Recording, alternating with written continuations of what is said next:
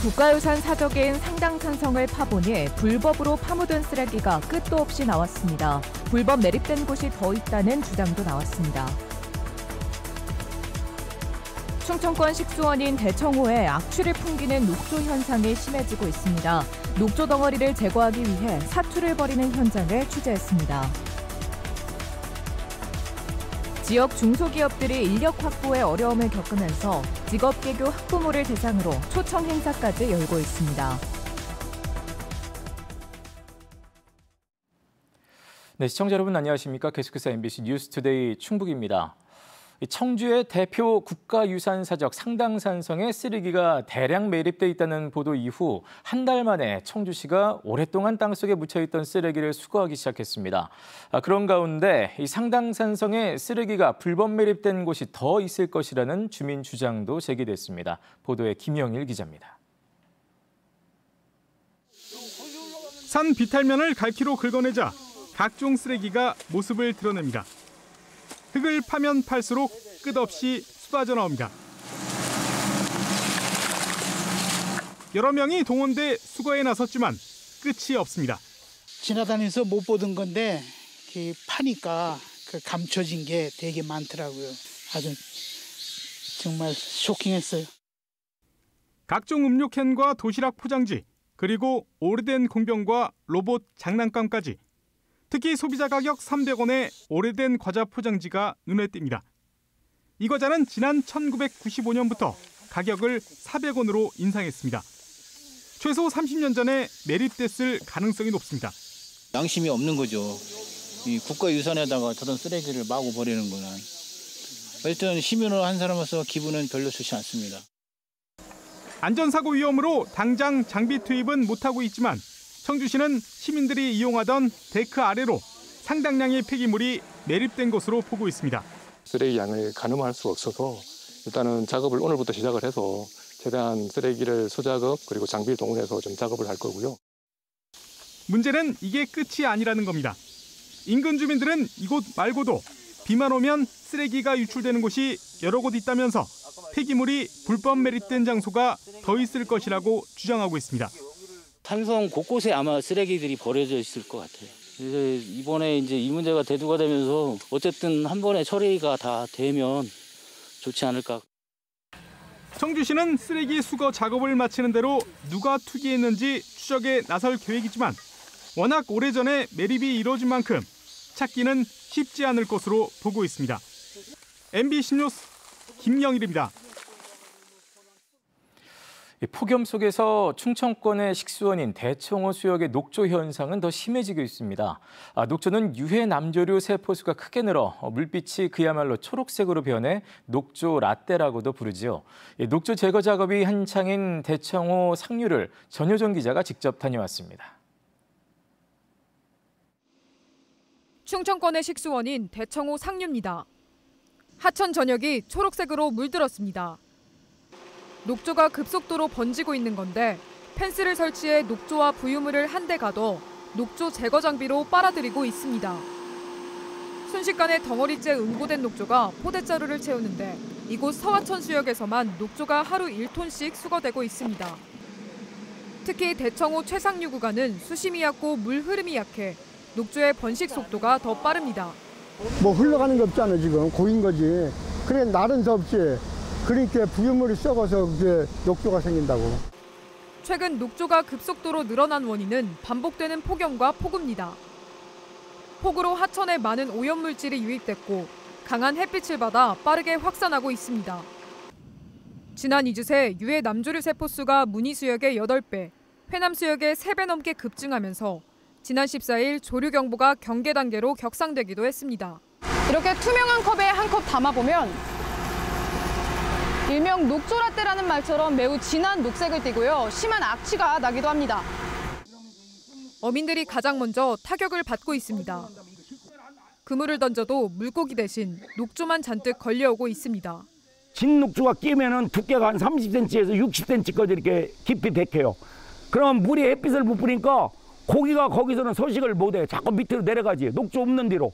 그러다 보니까 어민들이 피해가 많죠. 수질 관리에도 비상이 걸렸습니다. 녹조 제거 장비를 풀가동하고 냄새와 독소물질 모니터링을 강화해 아직까지 수돗물에는 큰 영향이 없는 상태입니다. 조류 차단막이라든가 수면 포기기, 수중 포기기 한 80여 개를 지금 가동을 하고 있고요. 활성탄 투입을 해서 만냄새라든가 이런 부분에 대해서 전혀 문제 없게 지금 정수 처리가 되고 있는 것으로.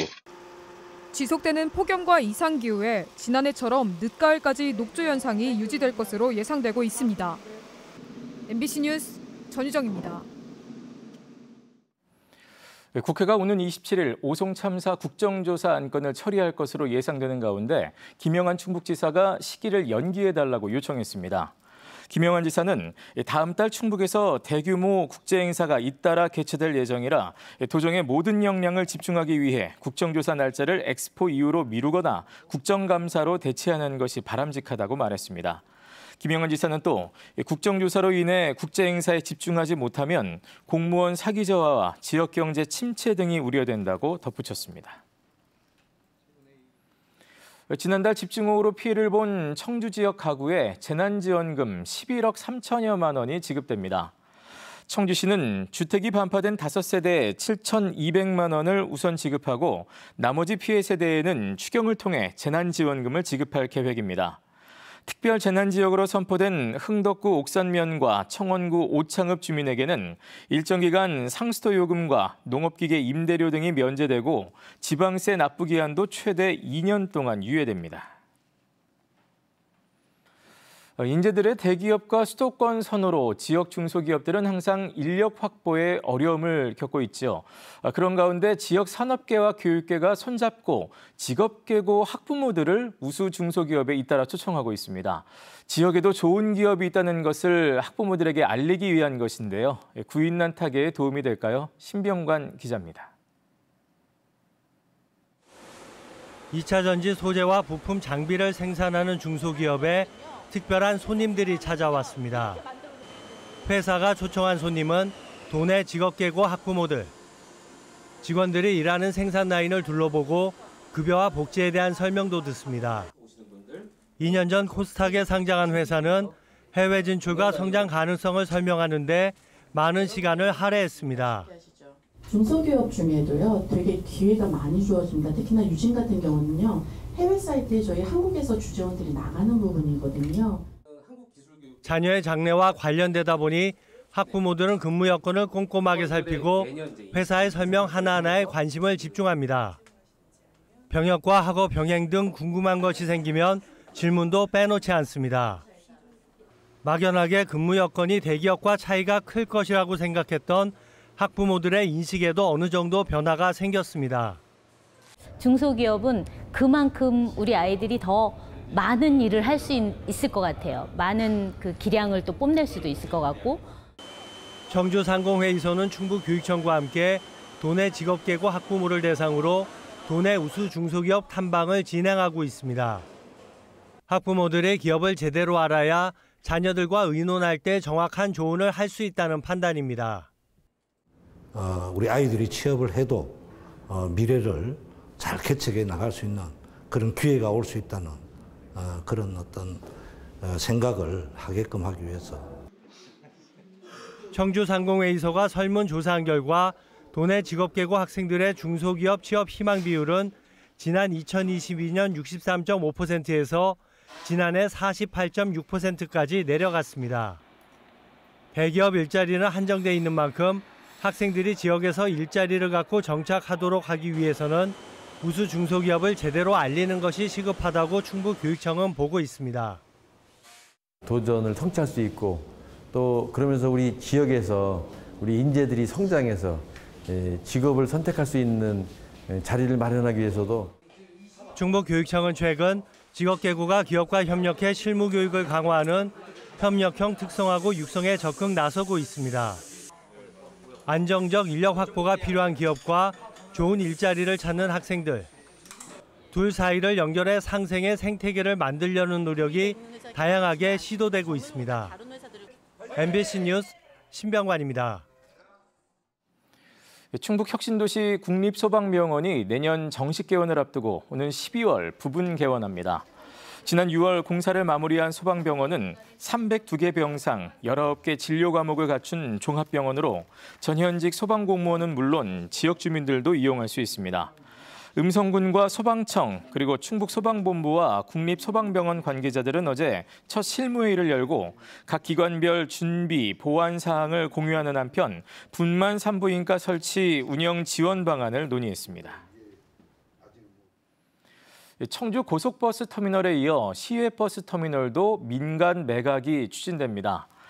청주시는 내년 9월 임대 계약이 만료되는 시외버스 터미널 부지와 건물을 매각하는 내용의 공유재산 관리 계획안을 청주시 의회에 제출했습니다. 청주시는 계획안이 오는 28일 시의회 상임위 심의를 거쳐 최종 승인되면 다음 달부터 본격적인 매각 절차에 들어갈 계획입니다. 한편 청주 시외버스 터미널 부지는 25,978제곱미터로 고속버스 터미널보다 2배 가까이 넓습니다. 정부와 여당이 해양수산부 부산 이전으로 흔들리는 충청 민심 달래기에 공을 들이고 있습니다. 김경수 지방시대위원장과 더불어민주당 충청권 국회의원들이 국회 세종의사당 부지를 찾았는데요. 이들은 세종을 떠나는 것은 해수부뿐이라고 했고 또 행정수도 완성도 속도를 내겠다고 말했습니다. 이승섭 기자가 보도합니다. 더불어민주당 소속 충청권 국회의원들과 국회 세종의사당 부지를 방문한 김경수 지방시대위원장. 세종을 떠나는 건 부산으로 옮겨갈 해양수산부뿐이라며 다른 정부 부처의 추가 이전은 없다고 못 박았습니다. 세종 시민들께서 걱정하시는 해수부 이전 이후에 추가 부처 이전이라든지 이런 건 없다라고 대통령께서 확인을 해주시지 않았습니까? 또 국정과제에도 담긴 세종시 행정수도 완성이 지방시대위원회의 핵심 과제라고 강조했습니다. 또 정부가 추진하는 2차 공공기관 이전에 충청권이 빠질 수 없다고도 밝혔습니다. 행정수도 완성과 충청권 메가시티가 공공기관 이전과 떨어져 있을 수가 없습니다. 민주당 의원들은 세종시를 행정수도로 완성해 인구 70만 명을 넘기겠다고 공언했습니다. 개헌이나 특별법 제정으로 세종시에 행정수도의 지위를 부여하겠다고 말했습니다. 각각 2030년과 2033년 완공 예정인 대통령 세종집무실과 국회 세종의사당 건립도 속도를 내겠다고 약속했습니다. 12월에 국회 세종의사당 관련한 국제설계무가 진행됩니다. 절대 늦어지지 않고 있습니다. 잘 진행되고 있습니다. 한편 민주당 의원들은 세종을 중심으로 한 충청권 메가시티를 구축해야 한다고 밝혀 대전시와 충남도가 추진하는 행정통합과 의견을 달리했습니다. 흔들리는 충청 민심을 달래기 위해 정부와 여당이 내놓은 행정수도 청사진이 얼마나 실현될지 지켜볼 일입니다. MBC 뉴스 이승섭입니다. 수도권 집중을 벗어나 국토 균형 발전을 지향하겠다. 이 대통령이 취임 선서에서 한 말입니다. 그러나 지역 방송의 현실은 갈수록 열악해지고 있습니다. 이번 정부에서는 실질적인 대책이 나올 수 있을 것인지 지역 MBC 공동취재단 고병권 기자입니다. 윤석열 전 대통령이 탄핵당하고 조기 대선을 통해 국민주권 정부가 세워진 날, 이재명 대통령의 취임 일성은 수도권 집중을 벗어나겠다는 선언이었습니다. 균형 발전, 공정 성장 전략, 그리고 공정 사회로 나아가야 합니다. 수도권 집중을 벗어나 국토 균형 발전을 지향하고 그러나 여당이 추진하는 이른바 방송 3법에서 지역은 배제됐다는 비판이 터져나왔고 지난해 발의된 발전기금 신설 등을 담은 지역방송 지원 4법은 아직 본회의에도 오르지 못하고 있습니다. 이런 가운데 지난 2023년 지역 MBC 기준 광고 매출은 전년 대비 20%나 줄어드는 등 지역방송의 존립 기반까지 흔들리고 있습니다. 지역방송의 미래를 모색하는 세미나에서 참석자들은 그동안 수없이 강조돼온 특별기금 조성 등 대책을 이재명 정부가 실행에 옮겨야 한다고 강조합니다. 실효성을 가지려면 좀 제도적인 장치 이런 것들을 강력하게 실행할 수 있고 실제 효용성을 발휘할 수 있는 그런 제도적인 장치가 함께 마련될 필요가 있고 유튜브 등으로 초연결된 새로운 방송 환경에 맞춰 지역성에 기반한 콘텐츠를 제작하기 위한 협의체 구성 등 정부와 지자체의 세심한 정책적 뒷받침도 강조됐습니다. 학계, 업계 그리고 시민사회 등과의 어떤 콘텐츠 클러스터 혹은 이 거버넌스랄까요? 이런 것들이 좀 조성이 되어서 서로 이게 공동의 문제다라는 문제의식을 갖고 위헌 소송이 진행 중인 광고 결합 판매 관련해 지역방송 포함시 인센티브 부여 등 미리 보완책을 준비해야 한다는 지적도 나왔습니다. 국가 균형 발전을 강조하는 이재명 정부. 추상적인 구호보단 실질적인 지역방송 지원 정책으로 이어져야 한다는 목소리가 커지고 있습니다. MBC 뉴스 고병권입니다.